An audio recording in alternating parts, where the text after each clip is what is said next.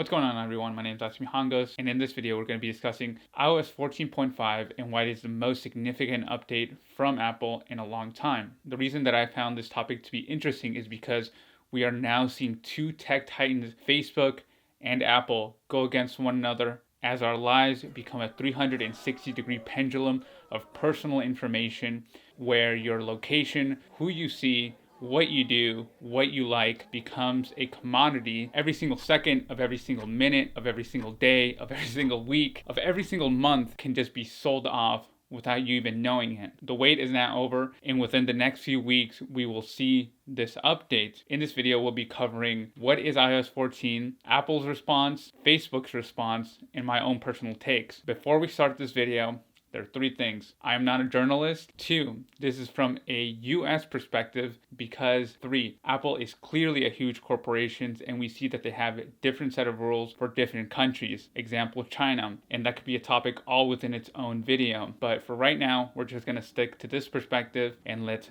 dive right into the video. You're probably asking yourself, what is iOS 14? And I think that MacRumors put it best. Developers will need to ask for and receive a user's permission to access the random advertising identifiers, which is used to track activity across apps and websites. Essentially, if you've ever been on the internet, you know that websites will ask you if they can use cookies on your computer. This is what Apple will be doing. There will be a small pop-up that asks you if you would like to opt in or opt out from personal tracking. This will only limit third-party tracking and not first-party tracking. So Facebook can't follow you from Facebook to Twitter. They can still follow you from Facebook to WhatsApp to Instagram because they're within their family. Like I said, I'm going to be using Facebook for a majority of these examples, but you can think of any large company that uses personal data as their biggest leveraging tool.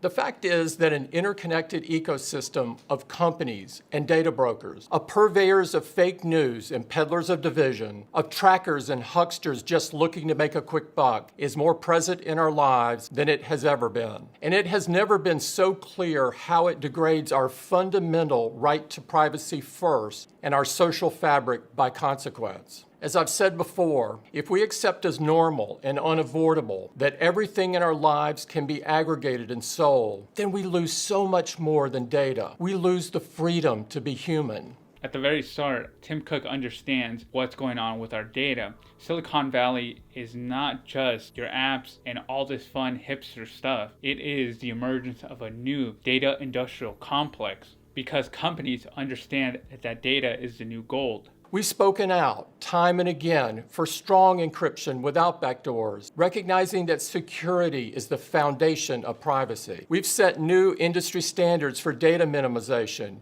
user control, and on-device processing for everything from location data to your contacts and photos. This is where I know that Tim is not lying. Many times the government has asked Apple to create a backdoor and Apple has refused to do so. And I think that Apple is really crazy to try to go against the government. On-device process, I can clearly see is not a lie, because if you've ever asked Siri anything, you know that she's very, very dumb. Apple Music, not as great as Spotify. Maps, not as great as Google Maps. I know that when I use Apple Maps, it doesn't know that I'm at Red Robin's eating my feelings away on those unlimited fries. And last but not least, we are deploying powerful new requirements to advance user privacy throughout the App Store ecosystem. The first is a simple but revolutionary idea that we call the privacy nutrition label. Every app, including our own, must share their data collection and privacy practices. Information that the App Store presents in a way every user can understand and act on.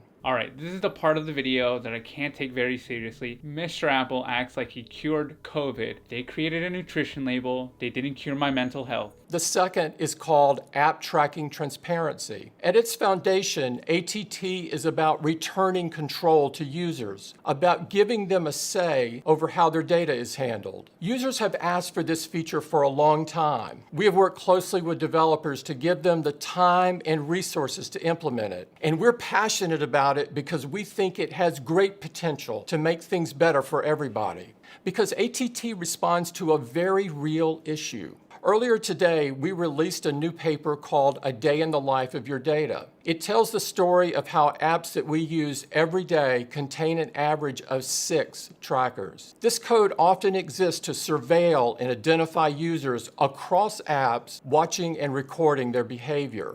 In this case, what the user sees is not always what they get. ATT is the biggest thing that we're discussing here. We, the user, are finally being asked by the company whether we want to be tracked or not. This is going to be a huge thing because, like Facebook, Google, and other huge players in the game, sometimes data is their only business model. I read the paper that he was mentioning, A Day in the Life of Your Data, but we won't really talk about it here. It was really scary to know that there are a bunch of shadow companies that you've never heard of that are able to collect your data on a whim because there's very little to no regulation here in the United States. We're here today because the path of least resistance is rarely the path of wisdom. If a business is built on misleading users, on data exploitation, on choices that are no choices at all, then it does not deserve our praise. It deserves reform. We should not look away from the bigger picture. At a moment of rampant disinformation and conspiracy theories juiced by algorithms, we can no longer turn a blind eye to a theory of technology that says all engagement is good engagement, the longer the better, and all with the goal of collecting as much data as possible. Too many are still asking the question, how much can we get away with? When they need to be asking, what are the consequences? What are the consequences of prioritizing conspiracy theories and violent incitement simply because of the high rates of engagement? What are the consequences of not just tolerating but rewarding content that undermines public trust in life-saving vaccinations? What are the consequences of seeing thousands of users join extremist groups and then perpetuating an algorithm that recommends even more? It is long past time to stop pretending that this approach doesn't come with a cost of polarization, of lost trust, and yes, of violence. I'm pretty sure at this moment everybody was thinking about Facebook when he mentioned all the crazy algorithms that it tells people that their point of view is always right every single time, and it gives them incorrect, unchecked, unsourced information.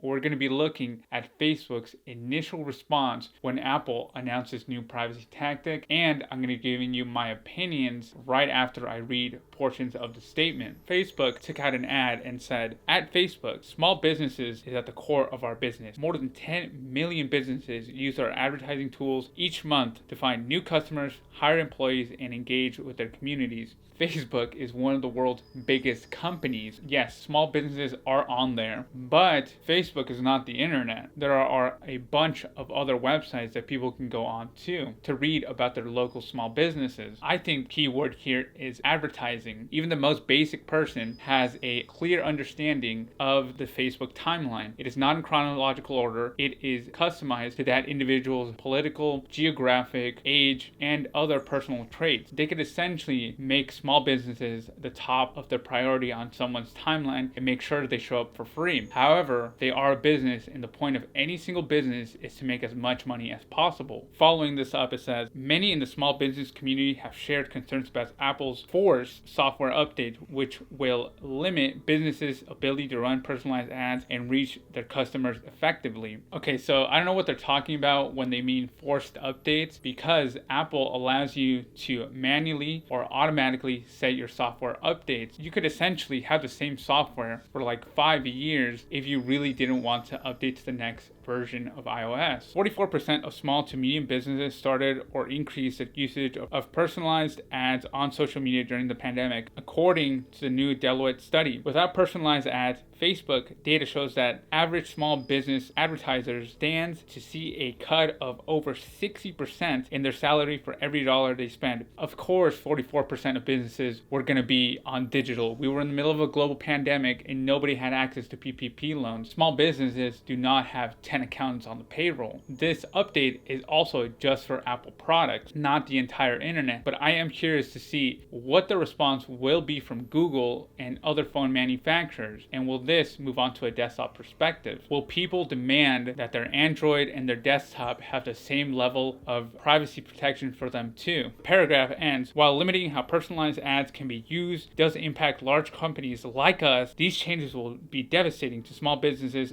adding to the many challenges they face right now. Small businesses deserve to be heard. We hear your concerns and we stand with you. The first sentence to me sounds like Facebook put all their eggs in one basket and now they have to pivot and find a new business model. And I personally would not trust the CEO that said what's good for the world isn't necessarily good for Facebook. As of recording this video, Facebook does have a brand new response and they will be complying with the new software update. However, according to one 9to5Mac article, Facebook might be preparing to take on Apple in a new lawsuit. This might be possible, to be honest, as Facebook did try to help out Epic when Apple banned it from the application store. And to be honest with you guys, I don't think that video games is the hill that Apple should die on.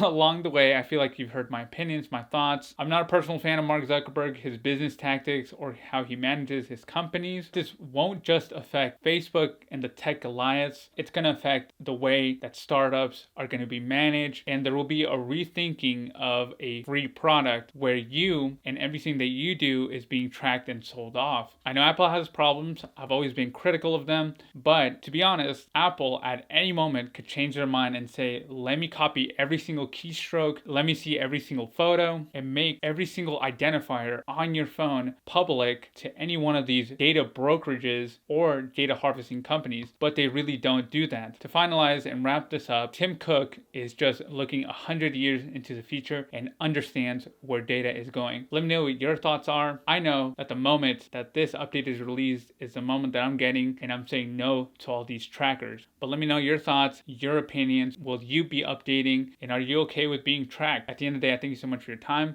and your attention. My name is Alex Mijangos, and I'll catch you in the next one.